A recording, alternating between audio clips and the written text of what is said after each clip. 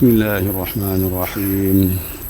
إلى حضرة النبي محمد مصطفى صلى الله عليه وسلم وعلى آله وصحبه أجمعين، ثم إلى أرواح آبائنا وأمهاتنا والأجدادنا ولمشايخنا ولمعلمينا ولجميع المسلمين والمسلمات والمؤمنين والمؤمنات شيء لله لهم الفاتحة. أعوذ بالله من الشيطان الرجيم. بسم الله الرحمن الرحيم. الحمد لله رب العالمين الرحمن الرحيم مالك يوم الدين، إياك نعبد وإياك نستعين، اهدنا الصراط المستقيم، صراط الذين أنعمت عليهم غير المغضوب عليهم ولا الضالين، آمين. السلام عليكم ورحمة الله وبركاته. بسم الله الرحمن الرحيم. الحمد لله نحمده ونستعينه ونستغفره ونعوذ بالله من شرور أنفسنا ومن سيئات أعمالنا، من يهده الله فلا مضل له ومن يضلل فلا هادي له، والصلاة والسلام على سيدنا محمد لا نبي بعده وعلى آله وصحبه ومن تبعه ونصره ووالاه. رب اشرح لي صدري ويسر لي أمري واحلل عقدة من لساني يفقه قولي. سبحانك لا علم لنا إلا ما علمتنا إنك أنت العليم الحكيم، ولا حول ولا قوة إلا بالله العلي العظيم. أما بعد. Tuan-tuan sidang jamaah yang dirahmati Allah Subhanahu wa taala, alhamdulillah kita sama-sama mengucapkan syukur kehadirat Allah Subhanahu wa taala kerana dengan limpah rahmah serta taufik dan hidayah juga riayah dan inayahnya, alhamdulillah sekali lagi pada tengah hari ini kita dapat sama-sama berada di dalam masjid dalam rumah Allah ini bagi kita melaksanakan sembahyang fardu Jumaat insya-Allah sebentar lagi. Dan sebelum daripada itu, seperti mana biasa, kita akan mengadakan sedikit tazkirah, iaitu sebagai peringatan untuk diri muzakir, orang yang memberi peringatan itu sendiri dan juga kepada kita bersama. Mudah-mudahan insya-Allah apa yang kita sampaikan di dalam tazkirah ini akan memberi manfaat dan kebaikan kepada kita bersama. Jadi tuan-tuan yang dirahmati Allah Subhanahu wa taala sekalian, kita ni di zaman-zaman ataupun di mutakhir inilah kita nampak bahawasanya sikap kita sendiri orang Islam, kita kena tengok diri kita balik. Kita sebagai orang Islam ini dengan ibadah kepada Allah Subhanahu wa taala, dia benda ni kita kena tengok selalu tuan-tuan. Kita dan ibadah kita dengan Allah. Pasal hidup kita semua kita nak melakukan ibadah. Tak kira sama ada sembahyang ke, puasa ke, zakat ke, haji ke, umrah ke dan sebagainya. Semua kita nak melakukan ibadah itu kerana Allah. Jadi apabila keadaan ibadah yang kita nak laksanakan tu, kita kena ingat, kita bila melaksanakan dia, kita kena laksana seperti mana yang dituntut oleh Allah Subhanahu wa taala kepada kita. Bukan kita buat ikut rasa kita saja tuan-tuan, terutama sekali kita melakukan ibadah sembahyang ni. Sembahyang ni sebab tu saya selalu ingatkan, terutama sekali diri saya sendirilah dan kepada tuan-tuan sekalian, bahawasanya ibadah sembahyang ni inilah satu ibadah yang cukup tinggi nilai dia dan paling dosa yang paling besar apabila kita melaksanakan meninggalkan dia. Maka sebab itulah tuan-tuan, sembahyang ni kita nak buat bagi betul-betul. Minta maaf lah tuan-tuan perhati tengok. Saya bila kita berjalan banyak tempat, kita nampak macam-macam perihal manusia sembahyang ni. Pasal apa jadi macam tu? Itu soalan dia. Saya pun heran lah. Ini menunjukkan tuan-tuan satu kelemahan kita tuan-tuan. Kelemahan yang mana kita sebagai orang Islam ni yang menerima kewajipan sembahyang daripada Allah Subhanahu wa taala, kita tidak mempelajari dengan sebaik-baiknya. Itu punca dia.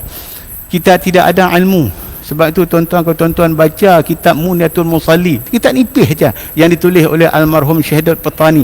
Ni kitab ni dulu dibaca di pondok-pondok. Dulu lah ni masih dibaca lagi. Dalam kitab kecil itu saja cukup dah. Dia merungkaikan kepada kita macam mana seseorang itu hamba Allah Ta'ala tadi bila dia nak melaksanakan ibadah sembahyang dengan Allah Ta'ala. Sebab ibadah sembahyang ni bukan benda main-main. Kita kadang-kadang tu seolah macam main-main saja. Kita perhati tengok dia sembahyang tapi mata dia perhati rata. Pasal apa? Pasal apa kita semayang parti rata? Cuba kita tengok balik. Sedangkan dalam masa kita semayang tadi, kita tahu kita sedang berhadap dengan Allah Subhanahu Wa Taala, tawajuh kita dengan Allah. Tu masa tu. Pasal apa yang mata kita lihat rata berparti rata sana sini, hati kita tak tenteram, pergerakan anggota kita garu sana garu sini. Tuan-tuan nampak? Benda ni kenyataan. Saya cerita ni bukan cerita dongeng ataupun cerita rekaan, tetapi itulah yang kita tengok yang berlaku di kalangan kita orang Islam ini yang melaksanakan ibadah sembahyang, tuan-tuan. Sebab tu saya perhatikan dari saya macam mana sembahyang yang saya buat tiap-tiap hari itu. Adakah sembahyang itu sempurna ataupun tidak? Dia melibat itulah rukun yang Allah yang ditetapkan dalam hukum fiqh ni, tuan-tuan, cukup cantik dah. Imam Syafi'i kita dia susun cukup elok, nak berikan satu keadaan adab dan tertib yang cukup cantik apabila kita melaksanakan sembahyang. Sebab tu tuan-tuan, kita kena wajib belajar apa yang dikatakan rukun sembahyang satu, yang kedua apa dikatakan sunat ab'ad satu, apa yang ketiga dia disebut sebagai sunat hay'an. Semua tu nak kena tahu, sebab dalam pelaksanaan sembahyang kita nak kena buat benda-benda tu, kita nak kena buat.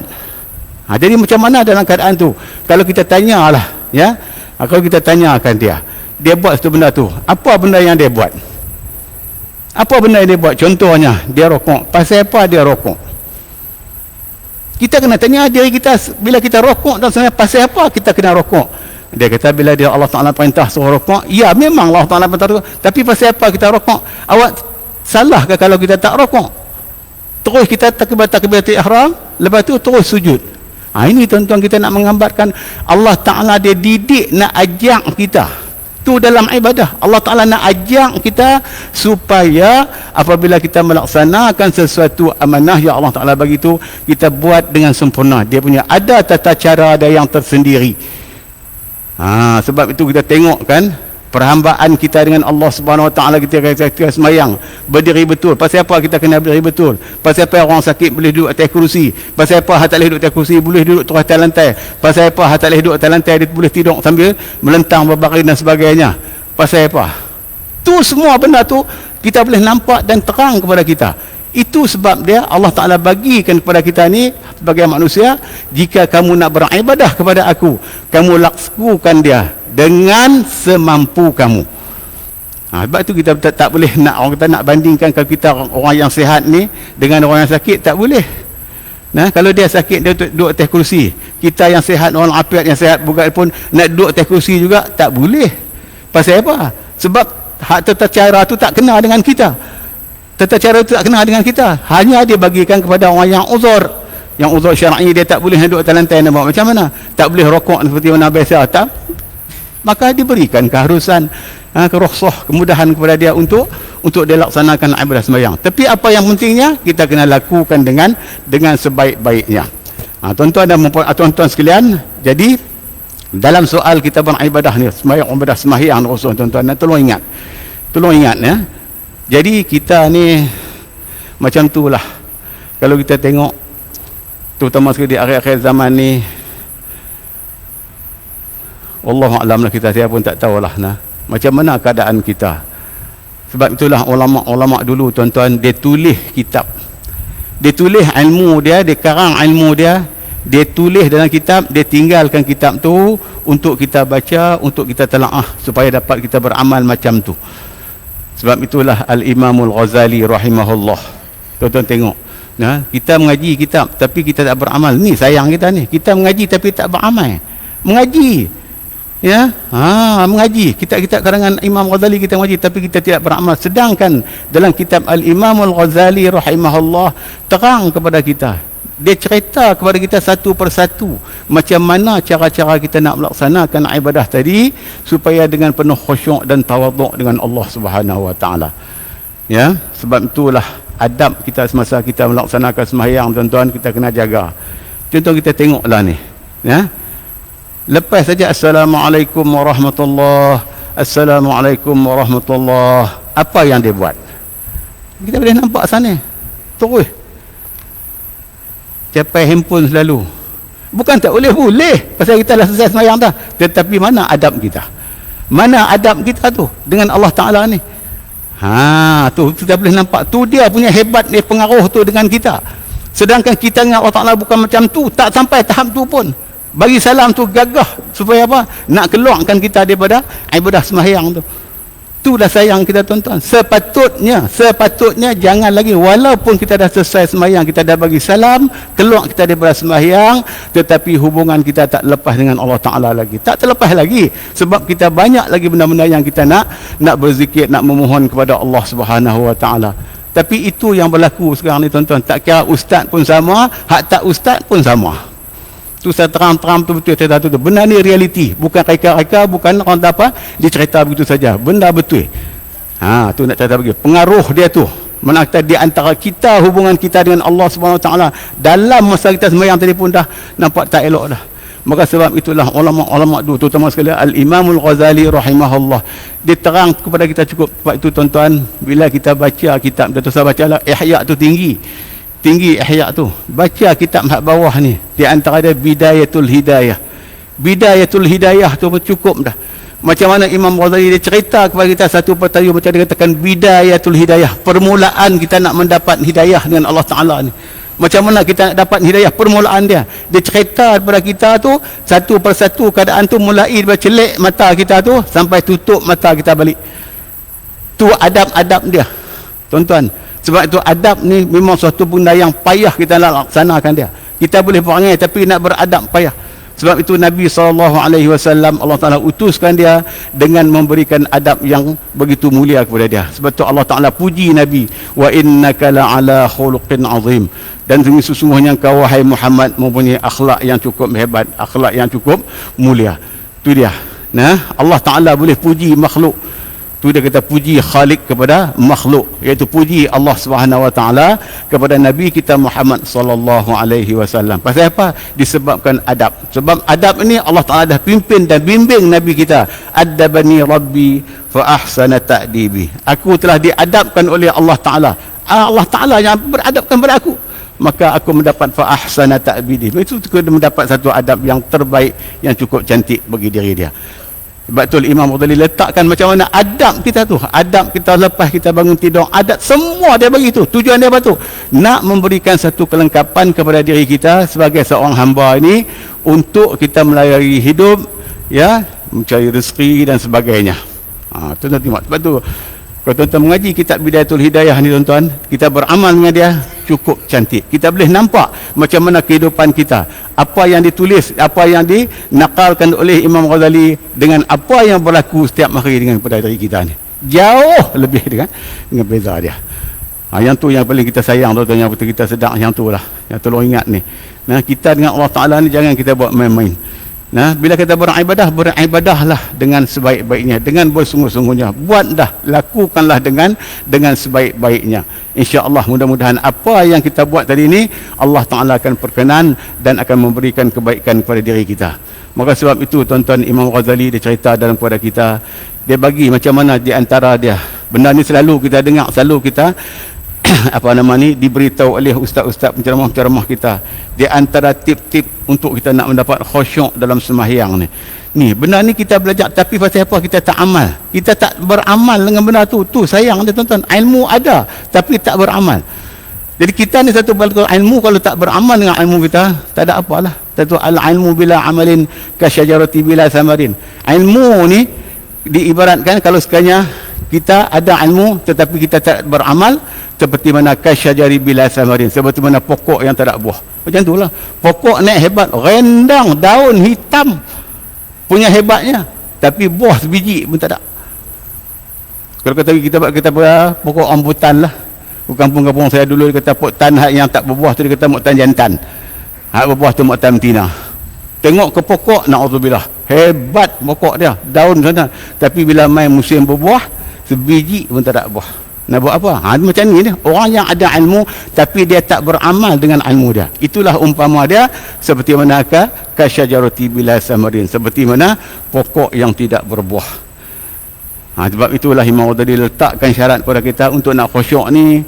Dia bagi ada 6 syarat dia. Tuan-tuan amalkan benda ni, insya-Allah kita akan dapat.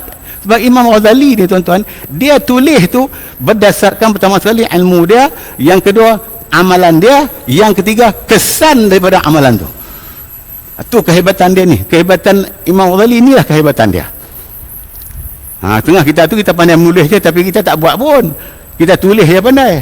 Tapi dia tak, dia tulis dengan ilmu dia, kemudian dia beramal dengan ilmu hak dia tulis tadi ni, dan dia akan dapat rasa macam mana hak yang dia tulis tu. Tu kehebatan dia. Sebab itulah dia turunkan kepada kita, tuan-tuan, ditulis dalam kitab-kitab karangan dia. Dia nak bagi kepada kita ni di antara perkara-perkara ataupun kita kata tip-tip yang nak bolehkan kita ni khusyuk dalam masa kita sembahyang. Memang kita payah nak dapat khusyuk, betul, saya sendiri pun payah, tetapi kita dalam konsep dia, kita wajib kena mujahadah, kena lawan sungguh-sungguh, kena lawan. Pasal apa? Syaitan ni dia lebih kuat, lebih hebat. Jadi kalau kita tak pandai nak mampu nak menjaga dia, dan kita tak tahu macam mana dorongan ataupun lorong-lorong yang dia mari tadi ni, kita tak dapat nak mementeras dia, memang teruk kita. Ya, keliling kita ni, keliling kita. Sebab tu tuan-tuan, kalau tuan-tuan boleh kita mai sembahyang jemaah di masjid ni, selamat banyak kita daripada syaitan ni. Kalau kita sembahyang seorang di rumah, keliling kita tu semua syaitan, min baini aidihim wa min khalfihim, semua kiri kanan depan belakang kita duduk cari kepada kita. Sebab itulah Imam Ghazali cerita ni, dia nak suruh kita jaga benda-benda tu semua sekali. Ya, baik, zaman kalau takbir ni tak apa, saya akan sambung bulan depan. Saya dah sambung bulan depan insyaAllah. Baik, yang pertama sekali kata Imam Ghazali, kalau kita nak khusyuk dalam sembahyang ni, hak ni yang utama. Sebab tu dia letakkan yang pertama yang ni, iaitu hudurul qalbi. Yang ni hak ni lah yang kita cukup payah, tuan-tuan. Hadir dalam hati kita. Semasa kita nak sembahyang tadi ni, kita hadirkan dalam hati kita macam mana keagungan kebesaran Allah Subhanahu wa taala. Bukan takat itu saja. Maka sebab itu apabila kita hadir hati ini, sebab hati inilah tempat pandangan Allah taala. Allah taala dia takkan pandang innallaha la yanzuru ila suwarikum. Amalikum, tapi walakinallaha yanzuru ila qulubikum. Allah Ta'ala dia tak tengok rupa paras kita, dia tak tengok kerja buat kita, tapi Allah Ta'ala dia tengok kepada hati kita. Sebab itulah tuan-tuan, niat kita nak buat lakukan ibadat, kita mesti qasad di dalam hati. Tuan-tuan nak semayang, wajib niat. Di mana mahallun niyah, tempat niat dia? Fil qalb, hati. Tuan-tuan nak puasa, nawaitu shawma ghadin, itu kata mulut, hati kita. Sahaja aku sembahyang, sahaja aku puasa besok hari. Begitu juga kita nak mengeluarkan zakat, begitu juga kita nak menunaikan haji dan umrah dan sebagainya. Semua kita niat di dalam hati, sebab hati itulah tempat pandangan Allah Subhanahu wa taala. Maka sebab itu tuan-tuan, dia letakkan hudurul qalbi, dia nak tengok daripada awal kita sembahyang macam mana. Ada adat yang pertama sekali kita niat. Satu. Niat ni pun masalah juga tuan-tuan. Niat ni pun, ya, sebab tu niat ni dimasukkan dalam hukum fiqh kita dalam mazhab Syafi'i sebagai rukun qalbi, rukun hati. Dia ada 4 rukun. Dalam kita fiqh kita mazhab Syafi'i ni, tentang sembahyang ni, hak 13 perkara tu. Yang pertama dikatakan rukun qauli, rukun yang melibatkan bacaan, macam bacaan takbiratul ihram, alif kalimah Allah akbar, itu bacaan Fatihah, ya, bacaan tahiyat. Itu semua tu rukun qauli yang melibatkan dengan kita membaca. Yang kedua ada rukun fi'li yang melibatkan dengan perbuatan, diri kita ni, macam rokok kita, i'tidal kita, sujud kita. Itu dinamakan rukun fi'li, rukun perbuatan. Yang ketiga dia rukun qalbi, iaitu yang berhubung dengan hati. Di sini Allah Ta'ala pati ni rukun qalbi, niat kita macam mana. Sebab itulah muqaranah niat ni dibincang oleh ulama, begitu hebat. Tu saya katakan di tuan-tuan, tuan-tuan baca kitab tinggi-tinggi lah. Tuan-tuan baca kitab Munatil Musalli pun cukup dah. Sah, cukup hebat dah tentang penguraian dia macam mana kita nak muqaranah niat kita tadi. Kalau kita sembahyang fardu, apa yang kita nak masuk? Kalau kita sembahyang sunat yang mana ada bersebab, ada berwaktu, hak mana yang kita nak masuk qasad dalam hati kita? Kalau kita sembahyang sunat mutlak, apa yang kita nak masuk? Semua itu dibincang. Sebab itu dalam bila nak menghadirkan hati ketika kita nak sembahyang, tuan-tuan, inilah. Maka sebab itu Nabi pesan kepada kita, innamal a'malu binniyat wa innama likulli imri'in ma nawa, ila akhiril hadis. Atau kama qala sallallahu alaihi wasallam. Tu Nabi pesan kepada kita, innamal a'malu binniyat, hanya sahaja innama. Tuan-tuan jangan terjemah innama sesungguhnya, tak kena dan tak tepat. Sesungguhnya inna itu sesungguhnya. Macam innal abrara lafi na'im, sesungguhnya orang-orang yang abrar tadi ni, yang percaya tadi ni akan berada dalam nikmat Allah SWT. Tapi innama dia bukan makna dia sesungguhnya, hanya sahaja dia dinamakan adatu.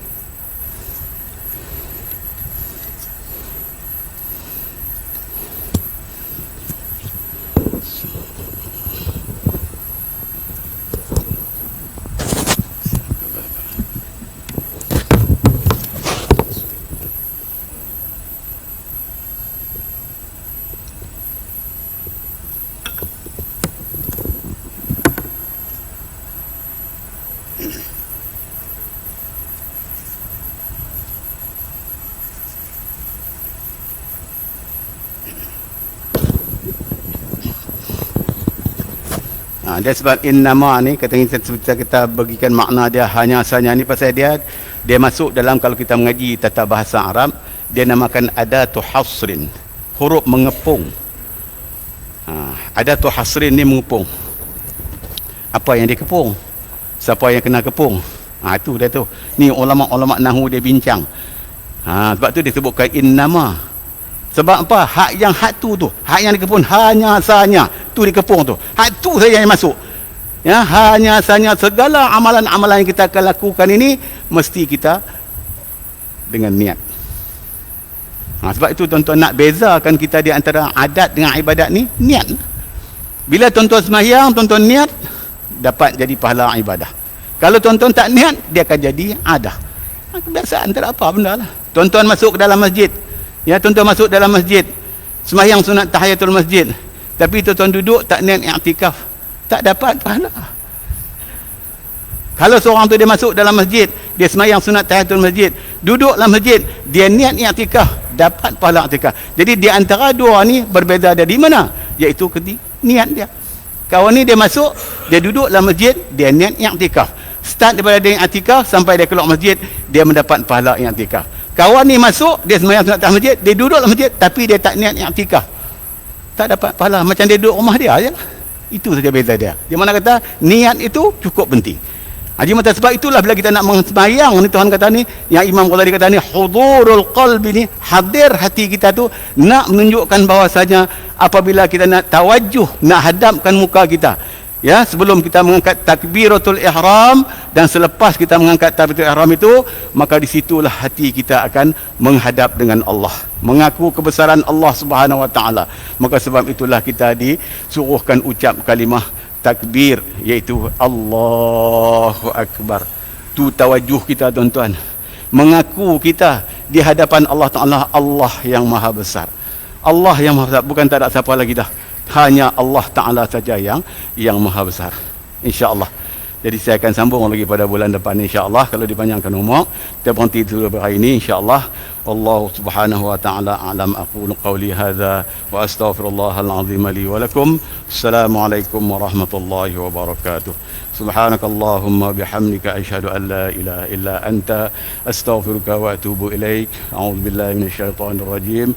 Wal 'asri innal insana lafi khusr illa alladhina amanu wa 'amilus solihat wa tawassaw bil haqqi wa tawassaw bis sabr. Shadaqallahul azim. Sallallahu alaihi wasallam ala sayidina Muhammad wa ala alihi wa sahbihi ajma'in. Walhamdulillahi rabbil alamin.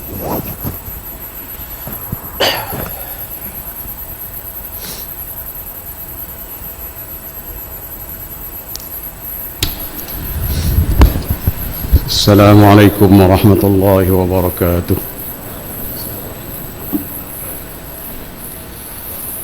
Allahu Akbar, Allahu Akbar, Allahu Akbar, Allahu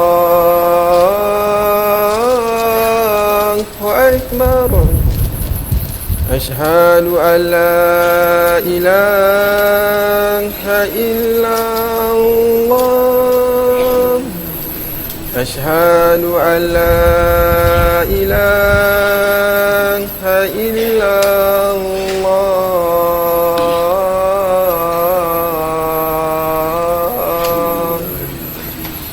أشهد أن محمدا رسول الله أشهد أن محمدا رسول الله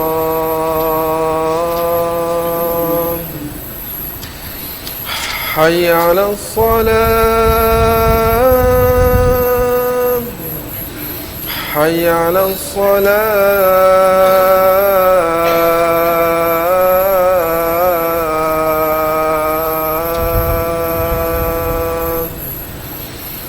حي على الفلاح حي على الفلاح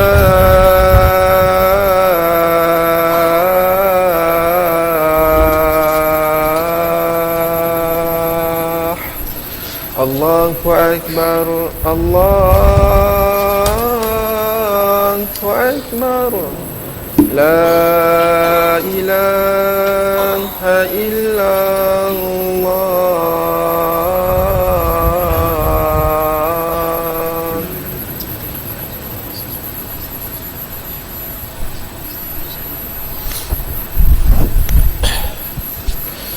يا معاشر المسلمين رحمكم الله إذا قلت لصاحبك والإمام يخطب يوم الجمعة أنصت فقد لغوت فقد أخرجه البخاري والمسلم جازمين بالصحة ما أخرج أنصت واسمعه وأطيعوا رحمكم الله.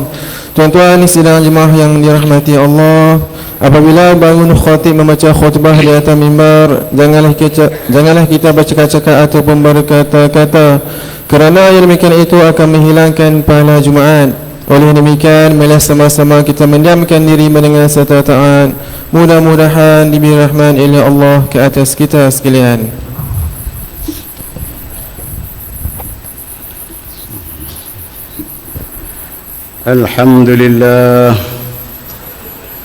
الحمد لله الذي رضي لنا الإسلام دينا ونصب لنا الدلالة على صحة برهانا. أشهد أن لا إله إلا الله وحده لا شريك له وأشهد أن سيدنا محمدا عبده ورسوله. اللهم صل وسلم وبارك على سيدنا محمد وعلى آله وأصحابه ومن تبعهم بإحسان إلى يوم الدين. أما بعد فيا عباد الله اتقوا الله حق تقاته ولا تموتن إلا وأنتم مسلمون. أعوذ بالله من الشيطان الرجيم. إن الله مع الذين اتقوا والذين هم محسنون. صدق الله العظيم. Surah An-Nahl ayat 128 yang bermaksud, sesungguhnya Allah berserta orang-orang yang bertakwa dan orang-orang yang berusaha memperbaiki amalannya. Sidang Jumaat yang dirahmati Allah Subhanahu wa taala sekalian, khatib berpesan pada diri khatib sendiri dan kepada sidang hadirin sekalian, marilah bersama-sama kita memperkukuhkan ketakwaan kepada Allah Subhanahu wa taala dengan melaksanakan segala titah perintahnya serta menjauhi segala larangan dan tegahannya. Peliharalah diri dari melakukan perkara-perkara yang boleh merosakkan akidah dan amal ibadah kita. Ingatlah, kehidupan yang kita nikmati selama ini seharusnya kita syukuri dengan meningkatkan amal ibadah dan mempereratkan lagi hubungan kita dengan Allah Subhanahu wa taala. Mudah-mudahan dengan bekalan takwa maka kita digolongkan di dalam galangan hamba-Nya yang memperolehi keredaan Allah Subhanahu wa taala, kesejahteraan hidup di dunia dan kebahagiaan hidup di akhirat, yaitu negeri yang kekal abadi insya-Allah. Sidang Jumaat yang dirahmati Allah sekalian, Islam adalah merupakan satu-satunya ad-din ataupun agama yang diridai oleh Allah Subhanahu wa taala.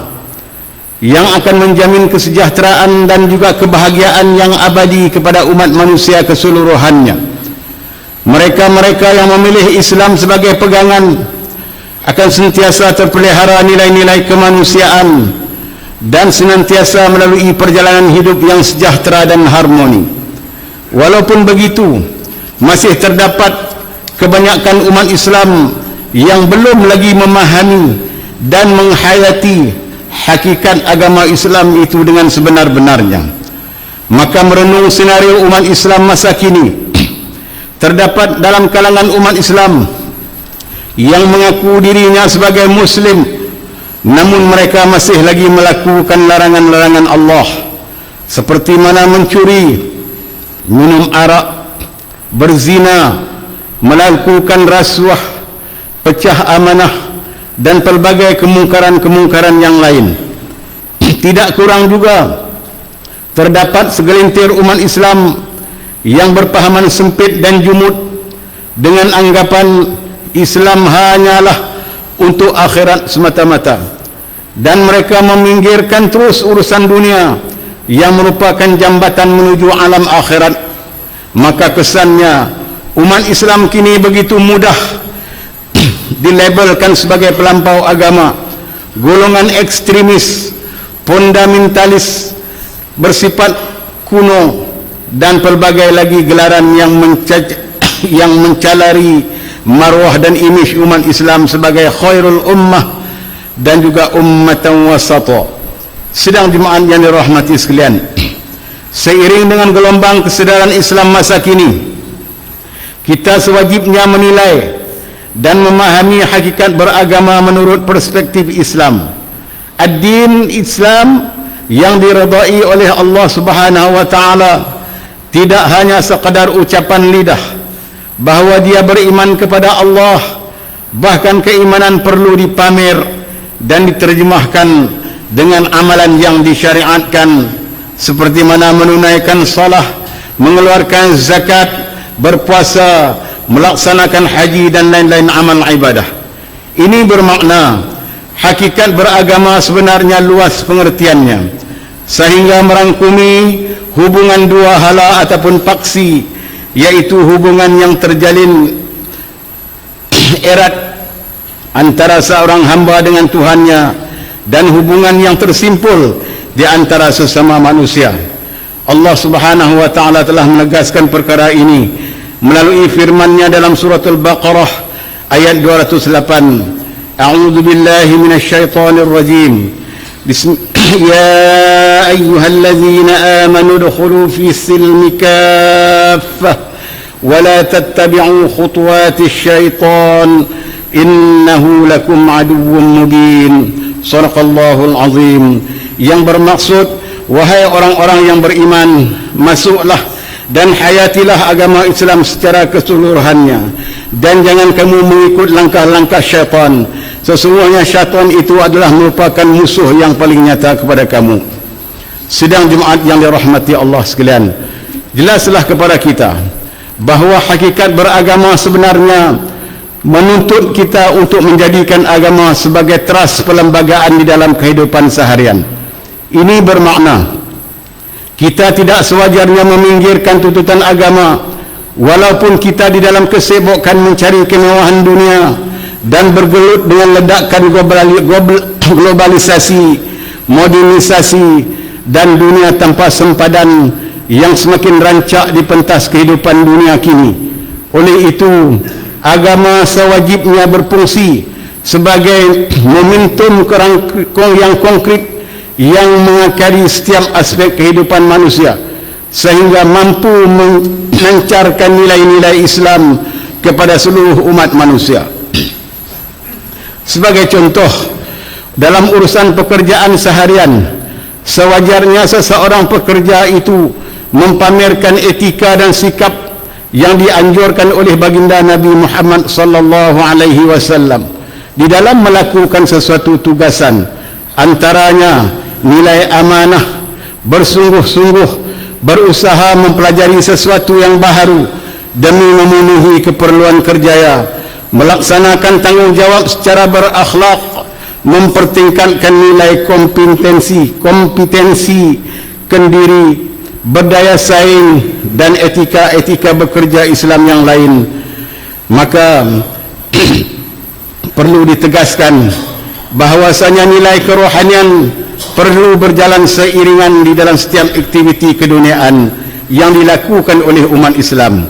Perkara ini amat bertepatan dengan titah perintah Allah Subhanahu wa taala yang memerintahkan umat Islam supaya menjejaki keseimbangan antara tuntutan dan duniawi dan ukhrawi, sebagaimana firman-Nya dalam surah Al-Qasas ayat 77. A'udzu billahi minasyaitonir rajim.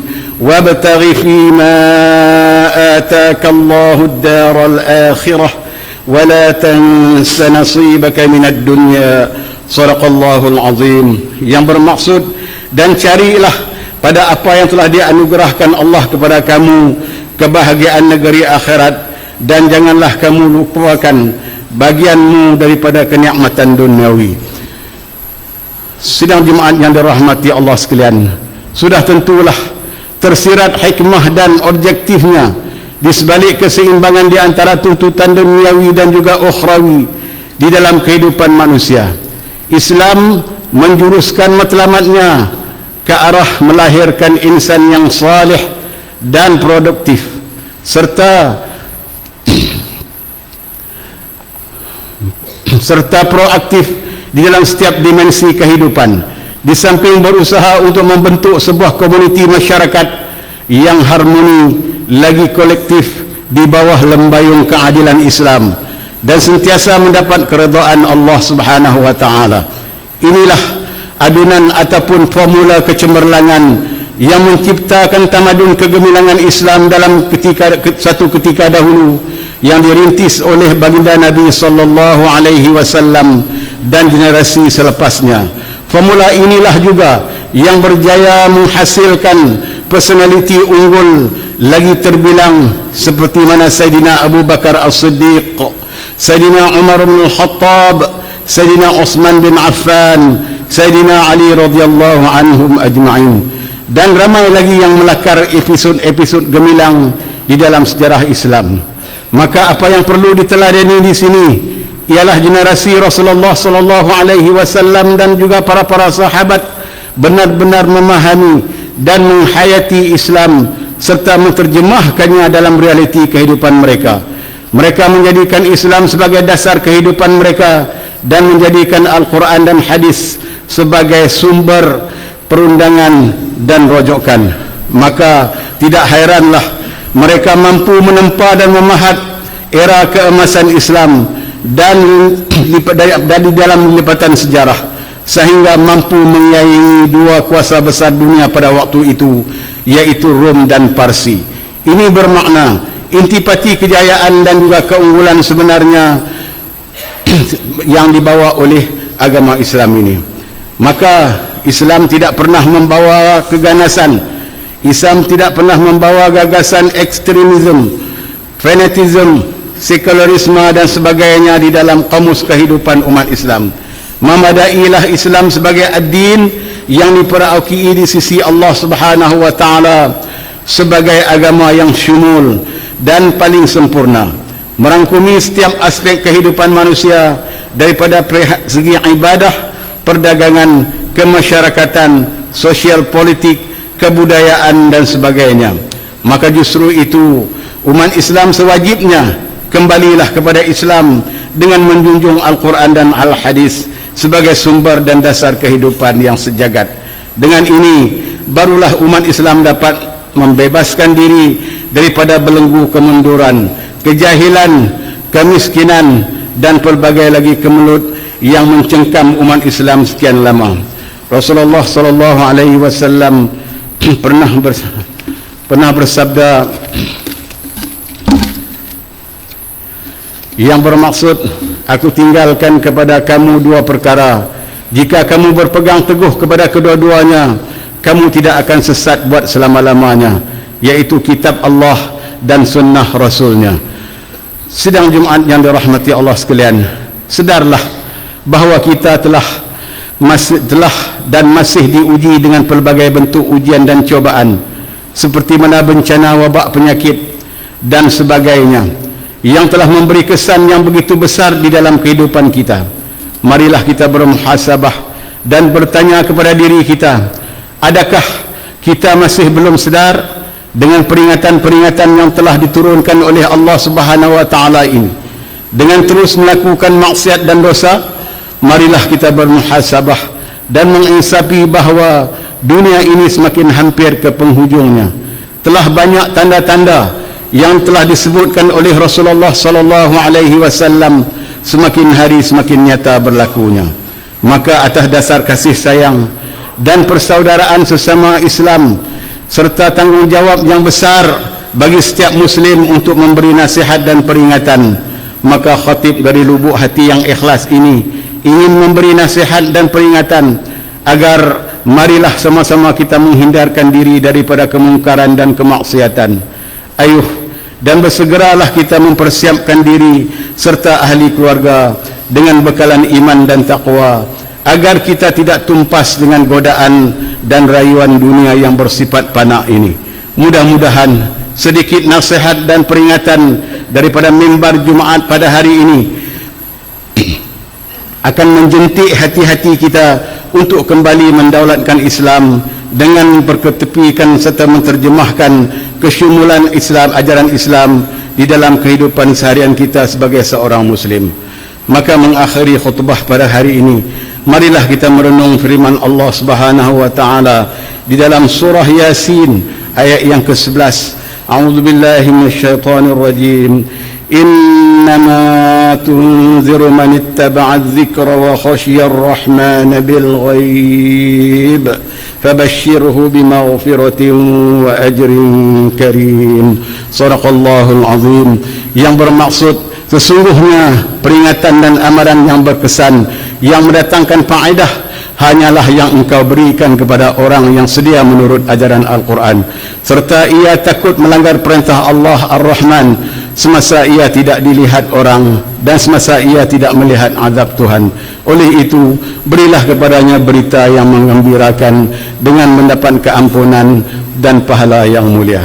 Barakallahu li wa lakum bil Qur'anil azim wa nafa'ani wa iyyakum bima fihi minal ayati wa dhikril hakim وتقبل مني ومنكم تلاوته إنه هو السميع العليم. أقول قولي هذا وأستغفر الله العظيم لي ولكم ولسائر المسلمين والمسلمات والمؤمنين والمؤمنات فاستغفروه فيا فوز المستغفرين ويا نجاة التائبين. اللهم صل على سيدنا محمد وعلى آل سيدنا ونبينا وحبيبنا وشفيعنا وزخرنا ومولانا محمد.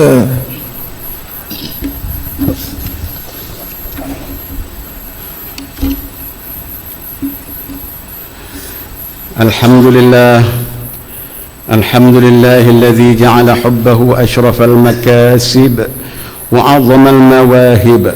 أحمده سبحانه وأشكره على نعمة المطاعم والمشارب، وأشهد أن لا إله إلا الله وحده لا شريك له المنزه عن النقائص والمعايب، وأشهد أن سيدنا ونبينا محمدا عبده ورسوله. اللهم صل وسلم على سيدنا محمد وعلى آله وصحبه أجمعين. أما بعد، فيأوصيكم ونفسي بتقوى الله، فهي سبيل النجاة والفلاح. قال الله تعالى: أعوذ بالله من الشيطان الرجيم. يا أيها الذين آمنوا اتقوا الله حق تقاته ولا تموتن إلا وأنتم مسلمون، واعلموا أن الله أمركم بأمر عظيم، أمركم بالصلاة والسلام على نبيه الكريم، فقال: إن الله وملائكته يصلون على النبي يا أيها الذين آمنوا صلوا عليه وسلموا تسليما. اللهم صل وسلم على سيدنا محمد وعلى آله وأصحابه أجمعين. وارض اللهم عن الخلفاء الراشدين ساداتنا أبي بكر وعمر وعثمان وعلي، وعن بقية الصحابة والقرابة والتابعين ومن تبعهم بإحسان إلى يوم الدين. اللهم اغفر للمسلمين والمسلمات والمؤمنين والمؤمنات الأحياء منهم والأموات، إنك سميع قريب مجيب الدعوات يا قاضي الحاجات يا رب العالمين. اللهم اجعل هذا البلد آمنا مطمئنا. اللهم أصلح أئمتنا وولاة أمورنا، واشمل اللهم بعنايتك وتوفيقك جلالة الملك مولانا الأمين الكريم السلطان صالح الدين ابن المرحوم السلطان بدليشة، وولي عهده دولي yang teramat mulia Tengku Syarafuddin Badlishah ابن السلطان صالح الدين وجميع الأسرة الملكية. اللهم وفقهم للسداد وأصلح بهم العباد والبلاد، واجعل التقوى لهم خير الزاد، إنك رؤوف رحيم جواد يا لطيفا بالعباد يا أرحم الراحمين. عباد الله، إن الله يأمر بالعدل والإحسان وإيتاء ذي القربى وينهى عن الفحشاء والمنكر والبغي يعظكم لعلكم تذكرون. فاذكروا الله العظيم يذكركم، واشكروه على نعمه يزيدكم، واسألوه من فضله يعطيكم، ولذكر الله أكبر والله يعلم ما تصنعون. أقيموا الصلاة. الله أكبر الله أكبر. أشهد أن لا إله إلا الله. أشهد أن محمد رسول الله. حي على الصلاة.